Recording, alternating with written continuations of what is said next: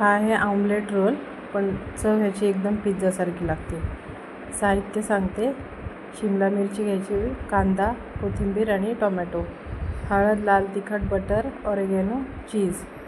सगळं एकत्र करून घ्यायचं. कांदा, शिमला मिरची, टोमॅटो, कोथिंबीर, याच्यामध्ये सगळे घेतलेले मसाले घालायचे. लाल तिखट, मीठ, हळद, ऑरेगॅनो, हे सगळं एकत्र करून घ्यायचं. एकजीव होईपर्यंत मिक्स करायचं. ह्याला हाताने केलं तरी चालेल, मी इथं चम्मचने केलेलं आहे.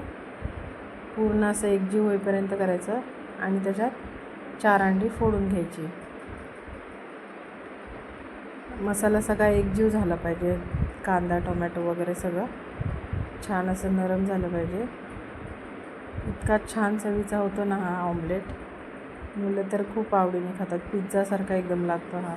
ऑरेगॅनो, शिमला मिरची घातल्यामुळे. 4 अंडी फोडून घ्यायची, छान अशी हलवून घ्यायची.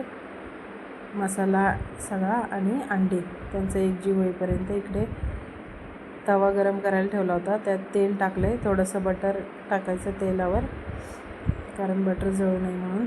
आणि जे बॅटर मिक्स केलं होतं आपण ते टाकून घ्यायचं. छान असं पातळ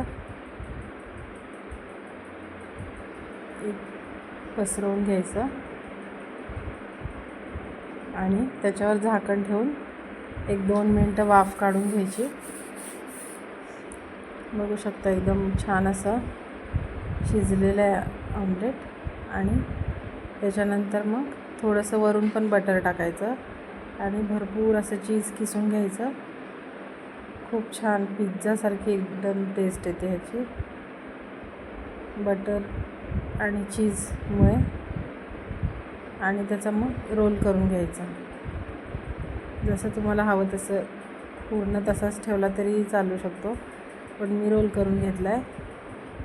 रोल करून मग छान असं 1-2 मिनिट, अजून 1 मिनिटच छान असं परतून घ्यायचं.